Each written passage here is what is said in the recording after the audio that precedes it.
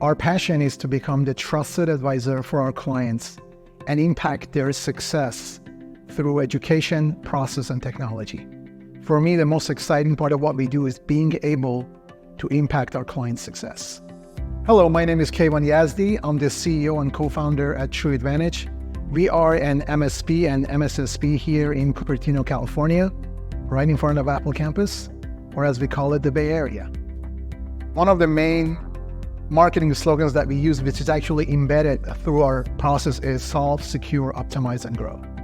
When we can help out our clients on a daily basis to solve their problems and being able to, for example, with our medical clients, take care of the patient care, which is the most important thing for us, that brings a lot of satisfaction.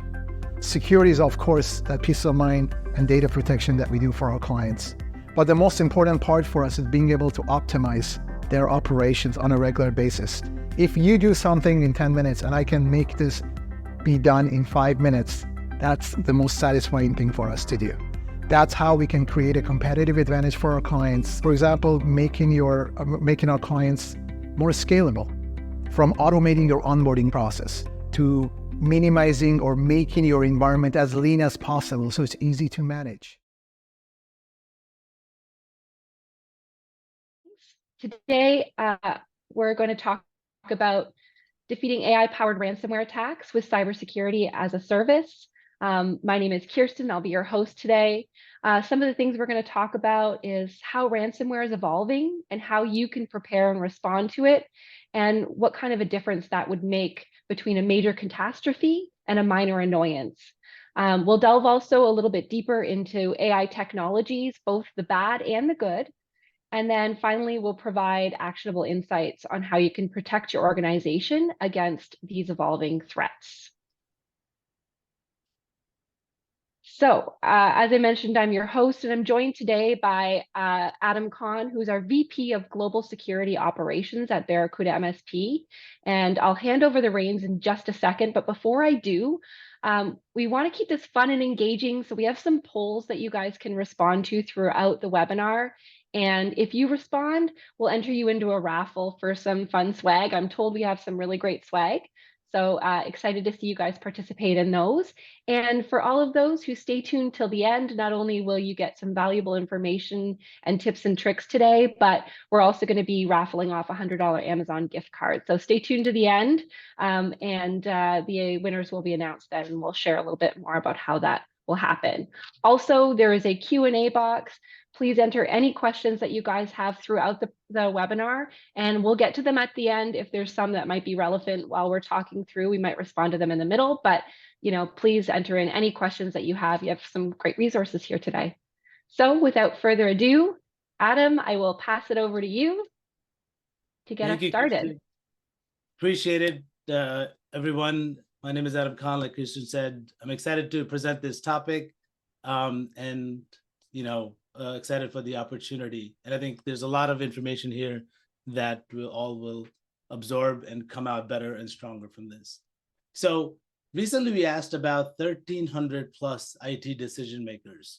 And what we uncovered was a stunning truth. As you see this stat here, 73% of these organizations reported that they have experienced a successful ransomware attack in the past 12 months. Now, when you look at this is not just the statistics. It's a wake-up call to our industry. Today, we'll delve into the implications of these findings and how we can emerge stronger. Can you go to the next slide? Thank you, Preet. What's even more interesting, as you see the stat here, is 73% of those that were hit with the ransomware the first time acknowledge that they were hit twice. So 63% out of those 73% were hit more than once. And, as you can see on the next slide, please, about ransomware is an expensive endeavor. The average cost of ransomware is well over $375,000 for a small and mid-sized business. And this is coming from operational downtime, reputational damage with their customers and vendors, coupled with the financial losses that the companies occur over time. as you see, this problem is not going away. In fact, modern AI is optimizing these ransomware techniques, meaning these techniques will continue to rise. So as we're looking at here, a couple of the contributing factors, mainly four, and there's multiple others as well. There's been a constant shift and evolution in the technology space. We're all aware in this. There's been a large adoption of cloud applications. SaaS applications are becoming vastly used across organizations. And then you have a hybrid workforce. Now we have the challenge of AI. Coupled with that is a lot of companies are lacking good cyber hygiene. And I'll double click on that a little bit later. Companies are struggling with finding also good security talent. And lastly, ransomware remains high profitable, low risk for these attackers. Most businesses underestimate the recovery time and the recovery point objective. We need to have a mindset as leaders and be prepared when an attack occurs, how fast can we recover from these attacks? Because it's not about if you're going to get attacked, it's about when. And how are you going to respond to these attacks and get back to an operational state? Having services like XDR, enable SOC as a service, significantly reduces this time, both for RTO and the RPO, to get back to an operational state. Okay, so we're going to take a little poll break. So poll alert. I'm going to be launching this on the screen in just a second, but think about it before we do launch. Do you feel your organization is adequately protected against AI-powered ransomware attacks? We're going to talk a lot more about it today, but let's get an idea right now of how you guys feel about your level of protection against those AI-powered threats. So give me a second.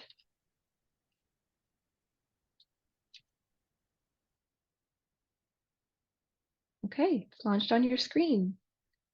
Do you feel yes, you are protected? No, probably not. Maybe you're not sure, and that's okay too. It's probably a very common answer that we get as well from a lot of business owners.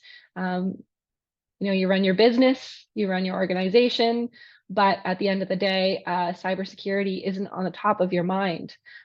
So that's why you do look to some of the managed service providers, for example, that invited you here today to get some advice and feedback. So looks like we've got some great participation. So thank you so much.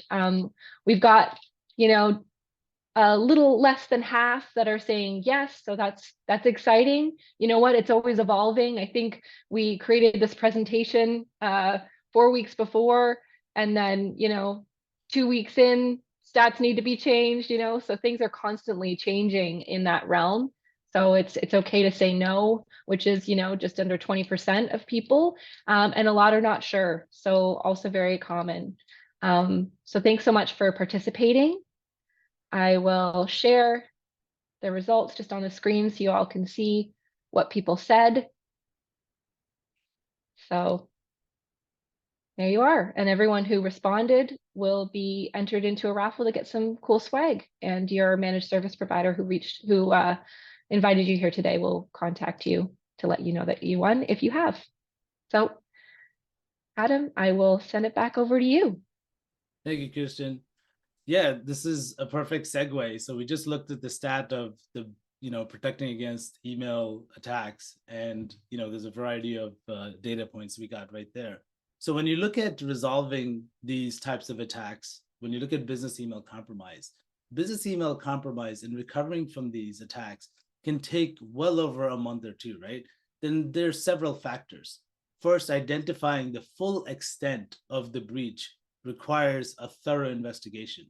Finding out which business executives' accounts was compromised, what type of data was affected, right? Which customers or vendors that might have been also affected because of the connection that they've had, and what type of data was accessed, and if there's any data that was exfiltrated by these attackers. So this is a lengthy process when we're talking about if you don't have something currently in place, this can take a very long time in resolving.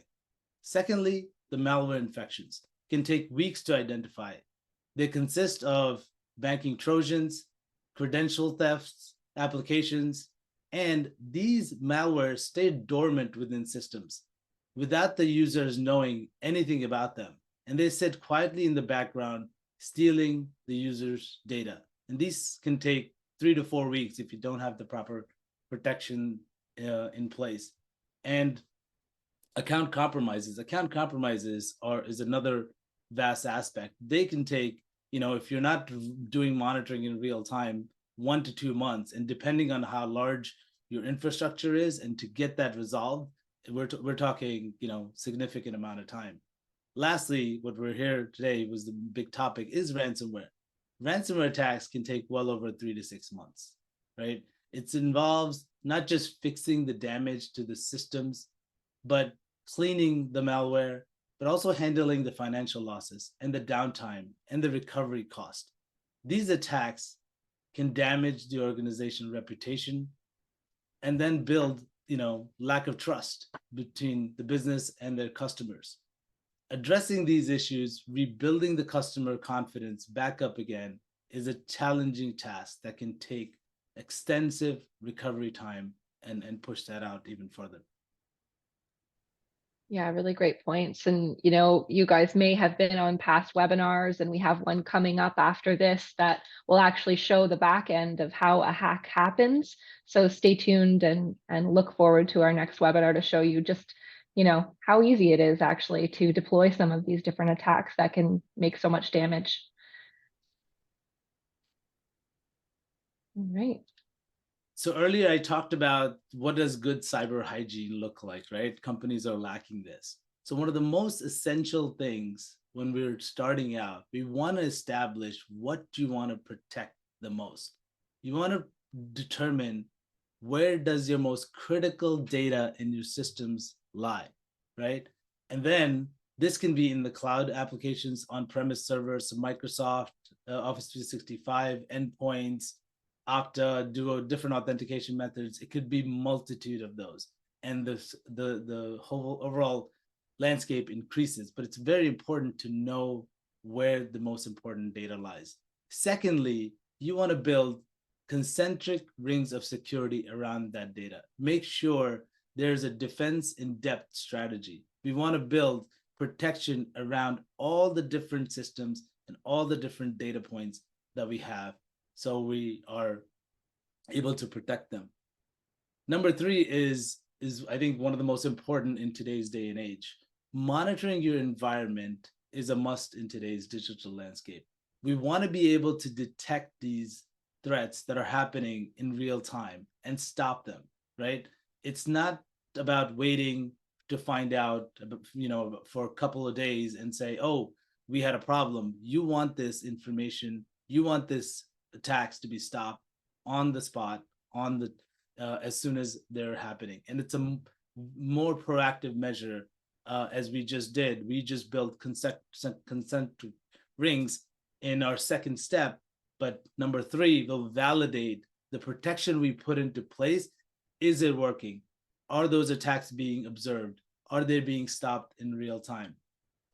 And lastly is what we talked about, the RTO and RPO objective earlier, right? We want to reduce the time in case something does happen. How can we see these attacks early on? How can we reduce the time to stop these attacks in real time is imperative. And lastly is another important one is build a framework around the people within your organizations, the processes that you have, and the technology. There's a lot of great frameworks such as NIST or CIS that can further improve the maturity of your cybersecurity posture.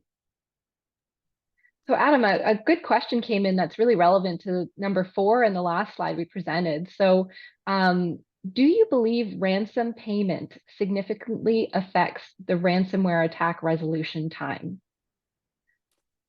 So yeah, that's a great question, right? And it's always a challenging thing, like should we pay or should we not? And does it reduce the challenging time? It in the sense, from the perspective, you could look at it, yes, I got the decrypt keys and I was able to get back operational state. But that's not what the attackers are doing nowadays, right? They're not just encrypting your devices, but they're also exfiltrating the data and sharing it on the dark web.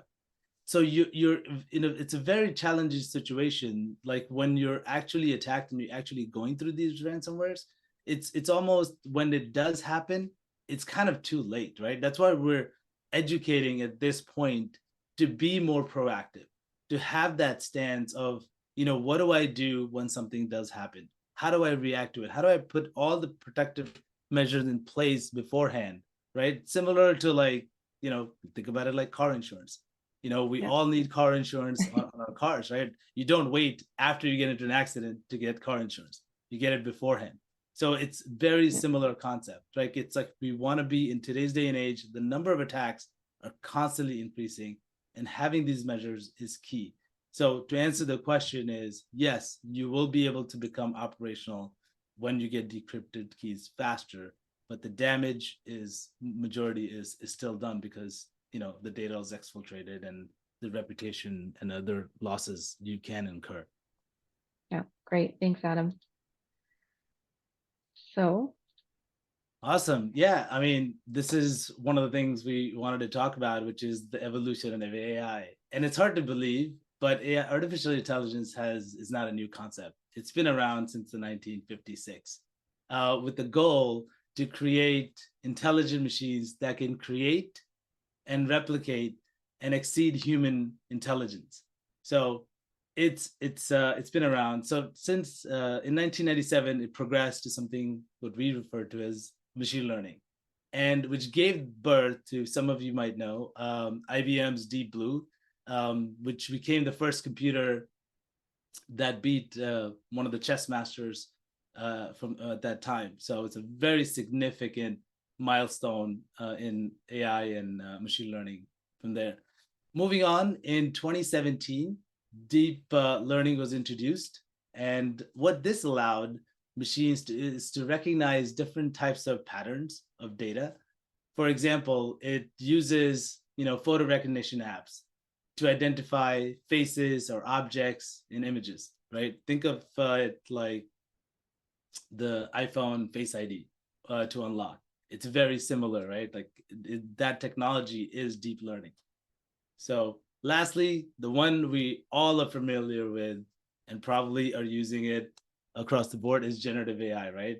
And this technology enables us to use large language models to analyze vast amounts of data, and it's derived from millions of different sources, right? Allowing us to ask questions in a more natural conversational manner, opposed to what we've been doing so far.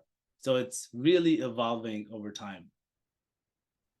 yeah, so true. That's the Chat GPT. I mean, I think everyone has heard that on overload, and now there's like 50,000 versions of it. So pretty interesting stuff.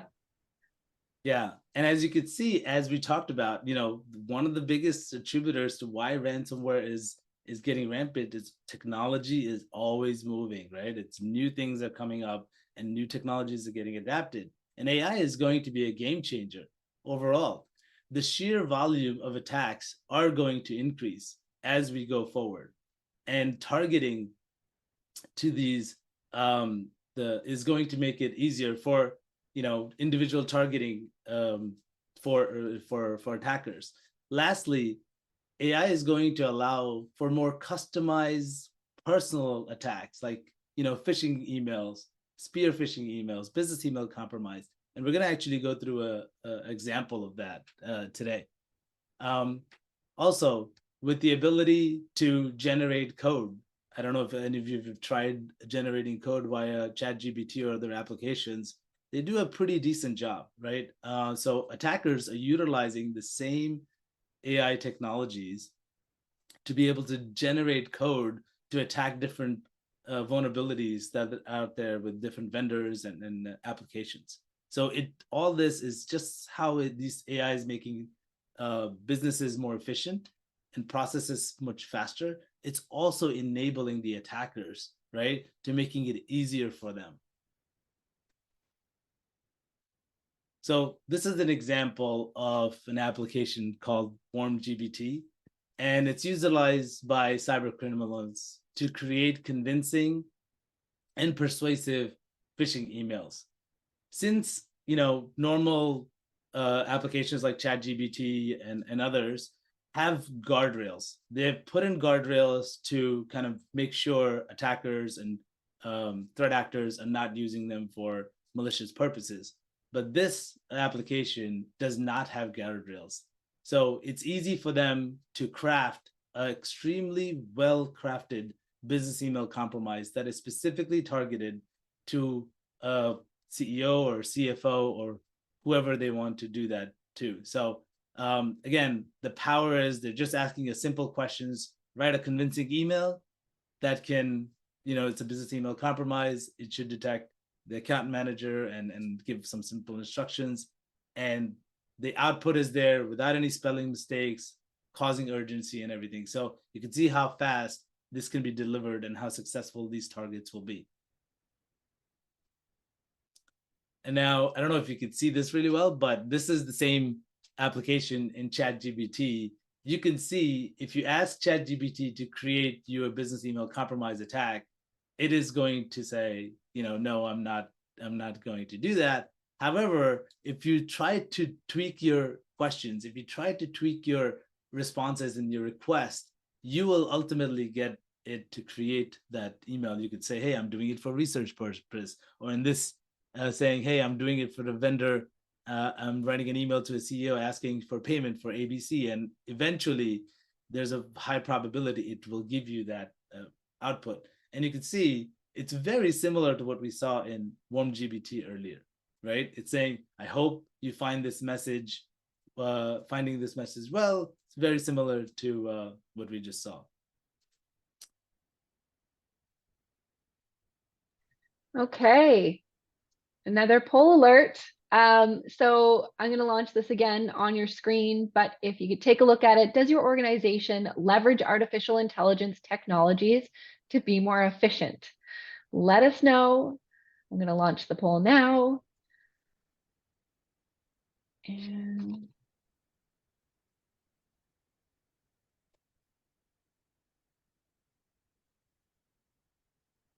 I can't seem to find the poll. We're having some technical difficulties. I apologize. Maybe you can, consider it. I think we kind of know what the response might be to something like this. But just think on it.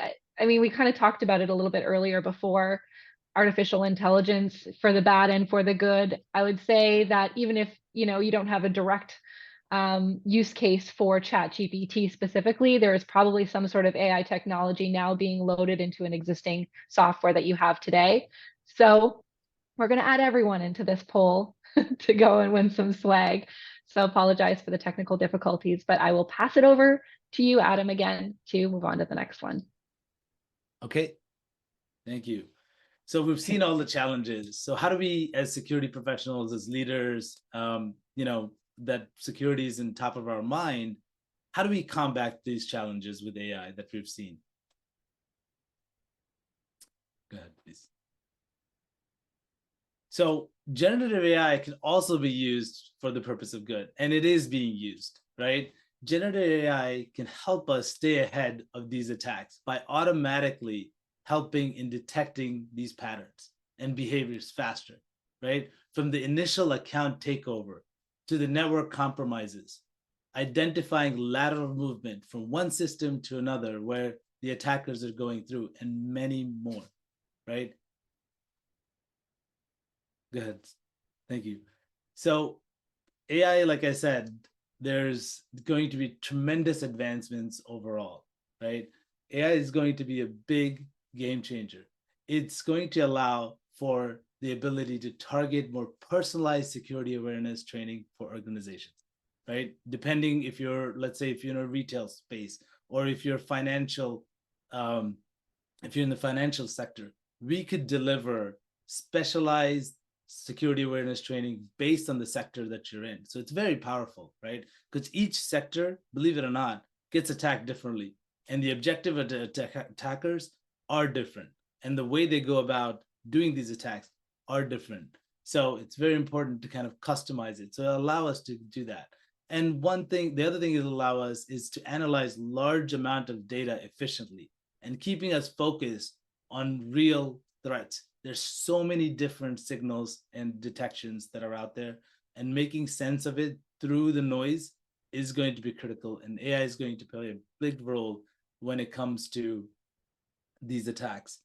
Correlating these signals that I talked about earlier across many different systems and being able to see just beyond the surface attacks, right? And beyond the detections and get early response and early detections.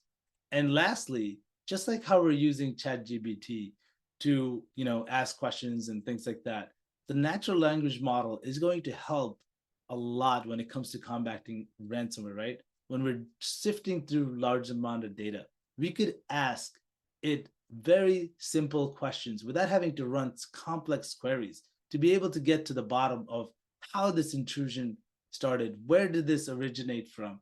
So we have a long way to go, but we're super excited that this is going to be a big game changer for security professionals and for professionals who are trying to protect businesses as well.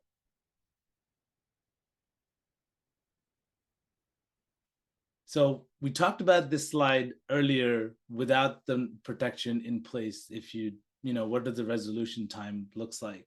So when you look at reducing the resolution time and having an XDR solution, right? Typical business email compromise is within 1 to 2 hours, right? We identify the compromise. We're working with your MSP partner to get it resolved as quickly as possible, right? Malware infections are automatically identified, detected, and resolved within 5 minutes, as opposed to the 3 to 4 weeks what we were talking about. So these are real life results, and this is real life data coming right out of our security operations center, by the way. Account compromises, as we talked about, it takes 3 to 4 weeks. Here we're able to identify who's logged into what system, right? Where they're logging in from, what are their geolocations? Do they normally log in from this location? What are their patterns and times that they log in? And quickly identify anomalies to be able to respond and resolve these issues. And lastly, ransomware attacks can be resolved within minutes. And we have seen this in our applications with the thousands of customers that we work with, right?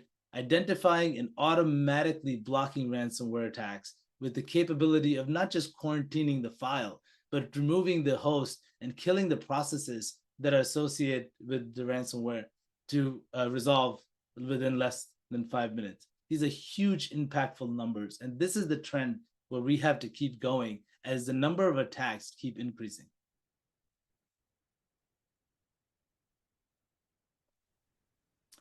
So lastly is one of the things is the Barracuda XDR platform analyzes over billions of raw events on a daily basis. There's over 40 different integrations, right? That includes firewalls, that includes email products, endpoint products, servers, cloud applications, right? And it's also all wrapped up within the cyber warranty. And these detections are all mapped to the industry standard, the MITRE framework, that can help us detect these threats faster and reduce the response time, that also are backed by our 24/7, 365 security operations center. Great.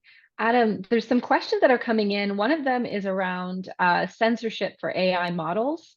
Might throw that over to you just to kind of break up some of the stuff before we get into Q&A at the end. So question is, does the censorship of AI models force companies to use custom uncensored models, for example, for making movie scenes? Is that something you've seen before, or Yeah, no, it's a great question. So I saw something recently. There's an application that anybody can use. So basically, you give it a video that you've used, right, of yourself recorded, and you give it like your LinkedIn profile. And this will actually create a whole script that you've never done before. And it's your face talking, and it looks absolutely stunning and legitimate, right? So when it comes to this, believing in who's right, who's wrong, like it's going to become harder and harder, right? And you're going to have detection methods to detect, if this person did actually say this, and it's going to definitely become harder. So when you're talking about censorship in AI models with companies, and I think it's going to depend from industry to industry, right? And I think there's going to be there has to be some sort of governance that is going to come from the top down. I think the EU is actually taking the lead on this, as they do with a lot of others. Like GDPR was one of the first ones kind of introduced when it comes to data protection and things like that. So with AI, I think there is going to be some sort of guardrails and decisions made. I think we're I would say we're at the not even at the first quarter of a full football game, right? So Yeah. there's a lot to go and there's a lot to decide, but I think there's a lot of changes gonna come. Awesome. Thanks, Adam. That's great. So we'll move on to the next slide. Awesome. Yeah. So this is I'm gonna walk you through a real life scenario that happened with one of our customers, right? And this was a brand new customer that we have never worked with. They reached out to one of their MSP partners, and they were pretty much having one of the worst days of their lives, right? They reached out to the MSP partner, saying, "Hey, I'm facing a full-scale ransomware incident. My machines are encrypted," and they quickly reached out to their partner, and the partner had a very good relationship with Barracuda XDR, and we right away, first thing we did was we got them signed up for the XDR services, right? And our security operations center quickly opened up a Zoom bridge, which what we call internally any type of incident is a code orange. And our red team worked with the customer, and we identified that the customer was getting attacked by Blackbyte ransomware. And this Russian-based group is known for targeting organizations with unpatched vulnerabilities. So if we look at how our SOC was able to reduce the time, even though this customer was already in a breach and didn't have proactive measures at the beginning to stop these attacks, how the SOC was able to recover and reduce the time for them to become operationalized, right? So when our SOC started investigating, the logs were found from like 720. The threat actor got initial access to the customer environment 10 days before the encryption took place. This customer had endpoint detection products installed, and on 7/31, this is where the threat actor were going and deploying ransomware tools, right? They were trying to disable the endpoint detection and software that was installed. They started deploying hacking tools. So one is called Mimikatz and PSExecs, and these are used for dumping passwords, exposing hashes, and moving laterally within the environment. So our SOC started looking at the footprint of these attackers, and these attackers quickly started even deleting log files to, kind of make sure nobody can see their trail of what they've done.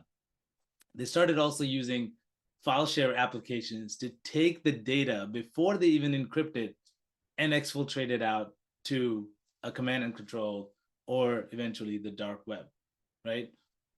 So next day, the customer, this is on 8/1, next day, the customer basically woke up and they found some of their domain controllers encrypted and some of their servers being encrypted.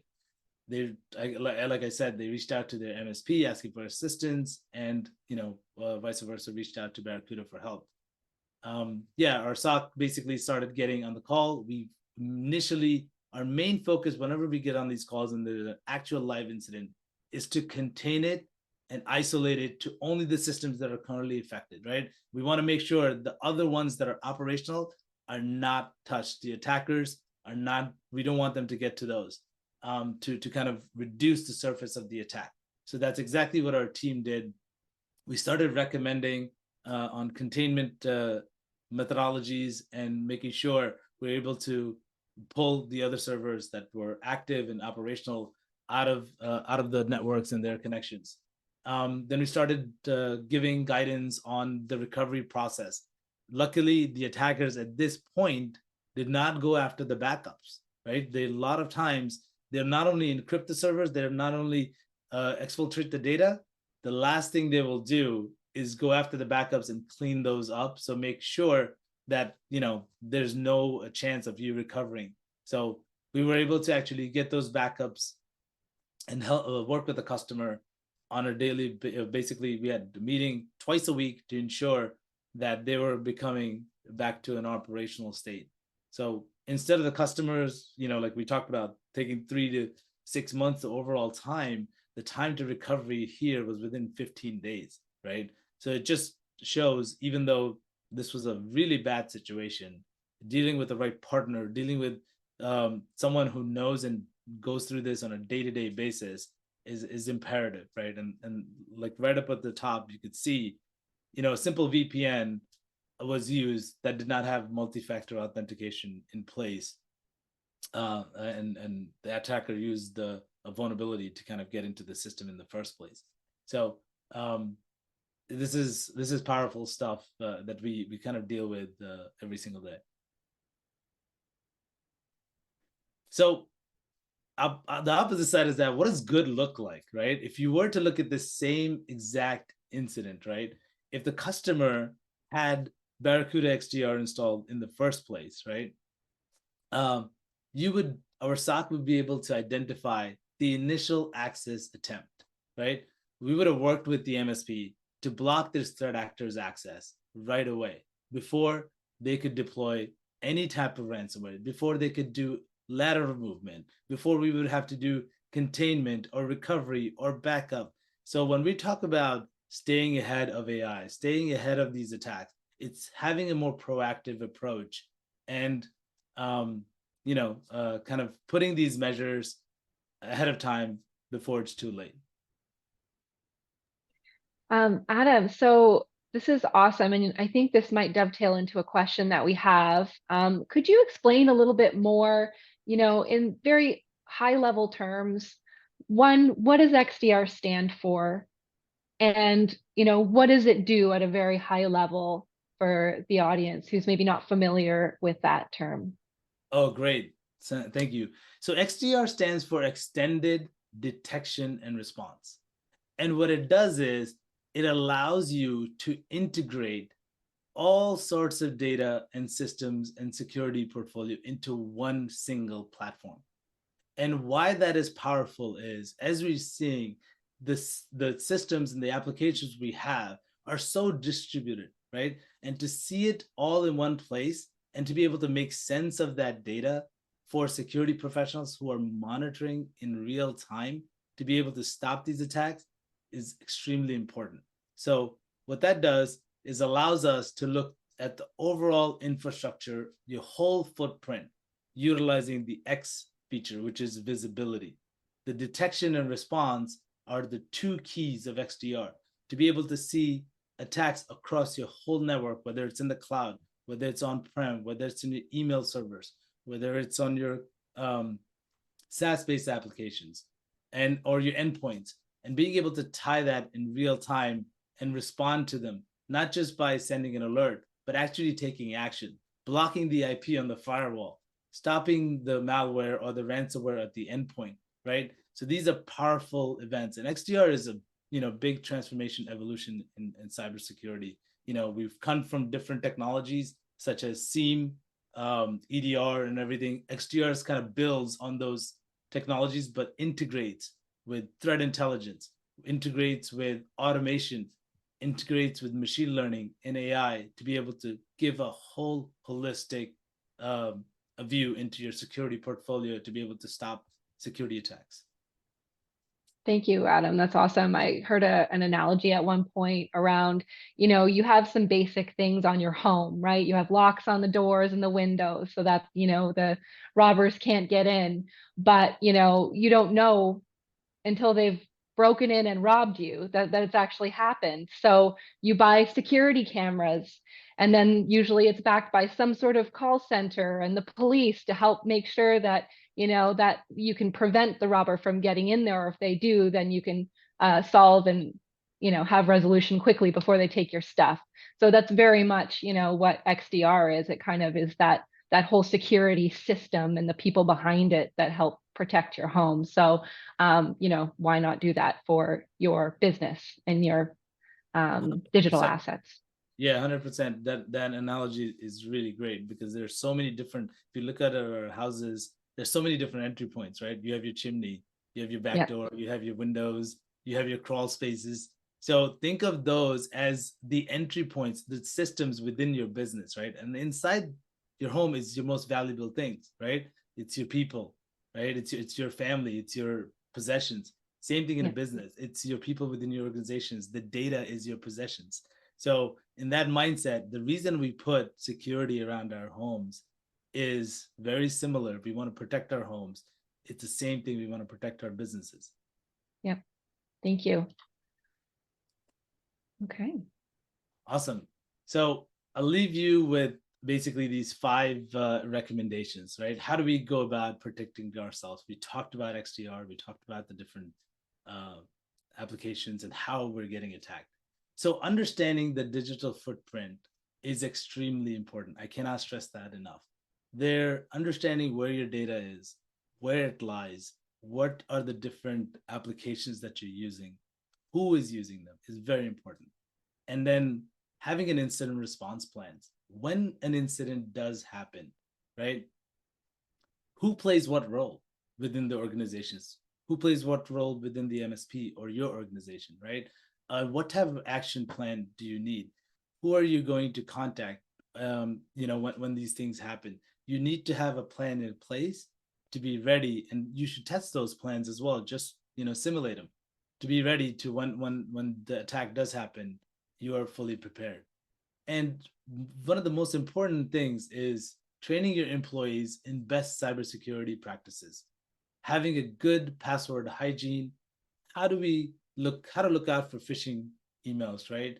And also encourage employees, if something bad does happen, they're quickly able to make their voices heard and reach out to leadership and without any repercussions, right? Hey, I think I clicked on something bad, I'm not sure. Or hey, I downloaded something, I'm not sure. It's very important to know about this very early on. And number 3 is I would say number 4 is limit access, right? Limit access and privileges to data. So in cybersecurity, we use the concept of least privilege concepts, right? And it's only allow access to employees that need access to systems and data based on their job functions and duties, right? And lastly, what we talked about was the XDR and the SOC component. Having the different tools that you've invested in already is essential. It's table stakes. But now monitoring these in real time with a security professional is imperative, because these attacks, as we've seen, continuously are increasing, and AI is going to make this a very challenging proposition as we go forward. But I think there's a lot of great things being done in Barracuda XDR and generally in the cybersecurity space to leverage AI to combat these threats. So I'm super excited about the future. Thank you, Adam. We're going to get into next steps, but and we have some great questions that have come in. So if you have any questions, feel free to pop them in there while we go through some of the next steps that we recommend. So, today you were invited by your IT services provider. We also call it your managed service provider. This is the IT company that supports your organization, and we're a partner. So Barracuda is a partner of theirs. And so what we recommend in terms of next steps after seeing all this really great information on artificial intelligence and all the different types is talk to your managed service provider to learn more about Cybersecurity-As-A-Service, which is something that they offer. And, specifically in the realm of AI-powered ransomware attacks and how you can protect your organization against those, leveraging some of the tools that we had mentioned, like XDR. And then the next piece too is chat with your managed service provider a little bit more about Barracuda's cyber warranty that is now available through them. So this type of thing is really a means to support cyber insurance that you may already have in place, and add as an extra value to help you recover more quickly. So speak to your managed service provider about that element as well after this webinar. We're going to be sharing out a resource to everybody here. This changes everything, ransomware in the age of AI. It's got some great information and great statistics to help you guys stay up to date on the latest in artificial intelligence technologies and how we can protect against ransomware and some of the stats that are out there in the market. So before we get into Q&A, you've made it to the end.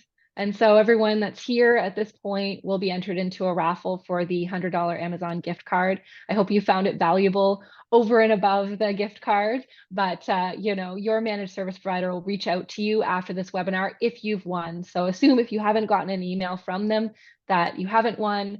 And then the same goes for the swag. So if you were a winner of one of the raffles within the two poll questions that we launched, then they'll also be reaching out to get some information on how to get that to you. So without further ado, we'll get into Q&A. We've got lots of great questions. So Adam, I'll start fielding them off to you, and Okay.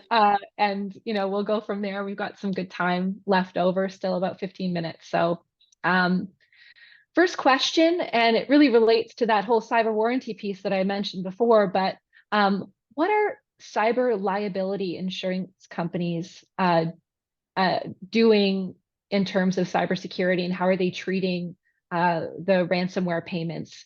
Do you have any insights on that? I know we're not an insurance company, obviously, but maybe you can expand on that a little bit. Yeah, definitely. I think I can tell you this: they're extreme. Look at it. Maybe I would say 5 years ago, right? A lot of these cyber insurance companies, it was really easy to get insurance, right? Because the types of attacks were not that relevant, and cyber insurance companies were kind of wanting to get the word out about actual cyber insurance. That was not a big, well-known thing. As we're going forward, though, right, the requirements to opt into these cyber insurance companies is becoming extremely difficult. They want to know right off the bat, like exactly what we talked about, those 5 things, right? What are you doing when it comes to, do you know your full portfolio? What are your assets? What are you doing when we're talking about user training? Do you have 24/7 monitoring? Do you have logging in place? They want to make sure they're protected from their end, that you are taking every precautionary measure in the first place, right? So they're not paying out insurance. So you're not even in the situation where you have to pay out the ransom. So the requirements have become a lot stringent and a lot more restrictive for cyber insurance. And if you do have those measures in place and something does happen, then at least there's good ground for you to stand on, and you have a strong case for these insurance companies to definitely pay out the ransom, and depending on the obligation. Great, thank you. Another question is, do you think biometric verifications for MFA will become more popular, or do you think there will be alternatives? And maybe to add to that, Adam, maybe you could explain biometric verifications for anybody who might not know exactly what that is. So do you think? Sure. So biometric verifications is very simple. Your fingerprint, your eye scan, your facial recognitions, and there's multiple different ones.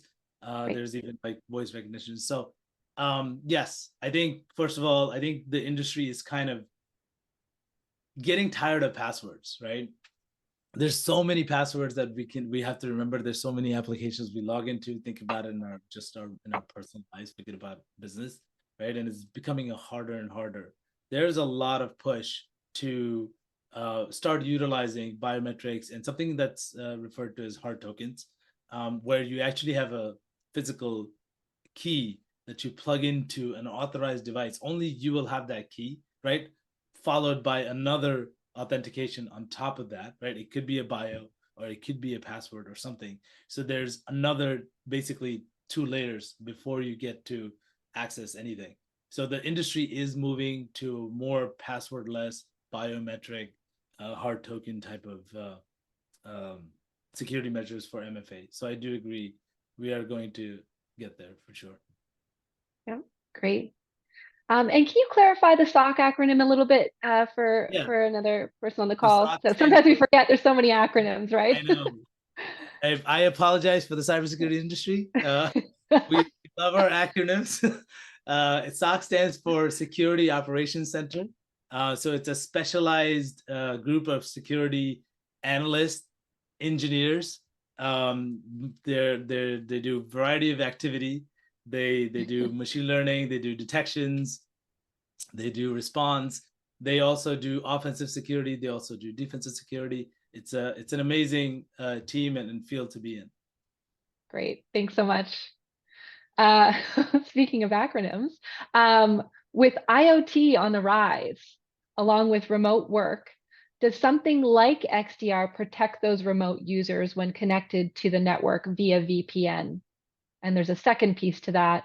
Does it help against a home that's infected with a work computer that is connected via VPN? This is a common one we get. Right. So I'll take the first question is, does XDR protect against various attacks from VPNs? It does. We actually have multiple detections where we calculate which VPN. So threat actors, what they do is they originate from, let's say, the actual threat actor is in Russia, right? But they will utilize a VPN to log in from Europe or US to mimic a very similar traffic to where the user is.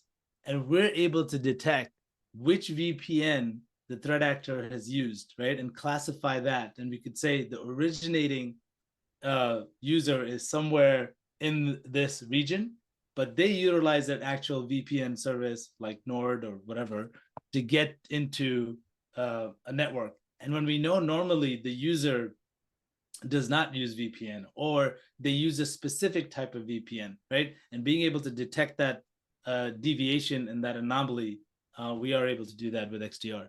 And the second question is, it helps against the home infected computer.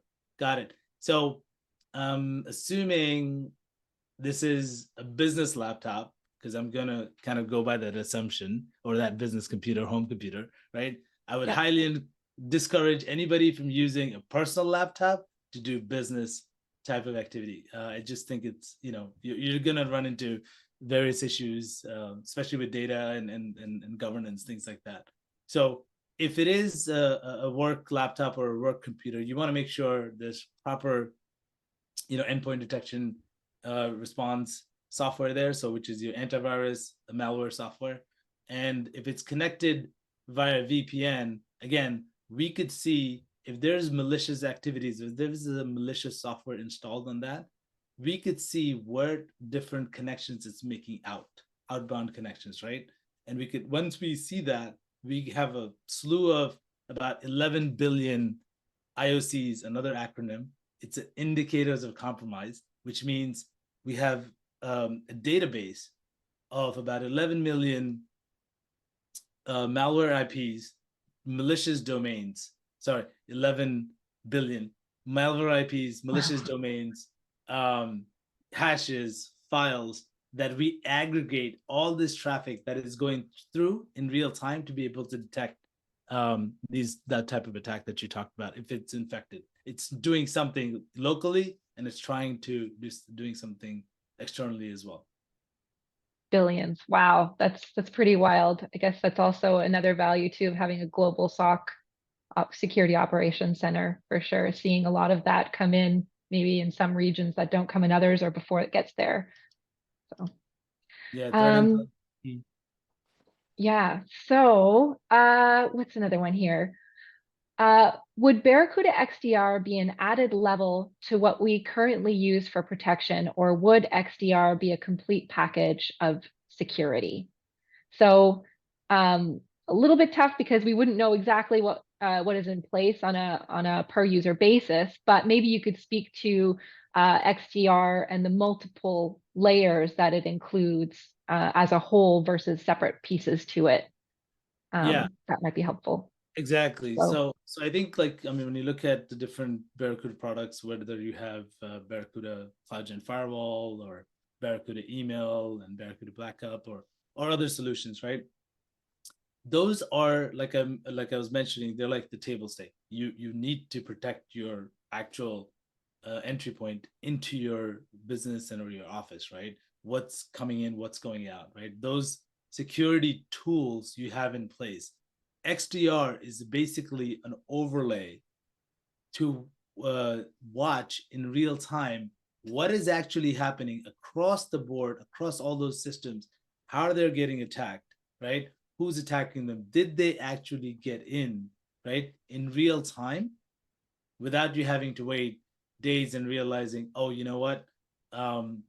Some threat actor was in our system and they're actually compromised, like endpoint detection and response, right? If a malware gets in, we talked about it, it's just sitting dormant in the environment and just kind of exfiltrating data.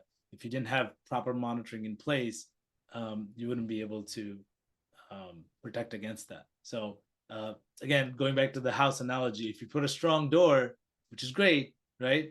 But you still need to have a Ring doorbell. You still need to have some sort of device that is watching it, because intruders will still kick that strong door down. So that's a good way to look at it.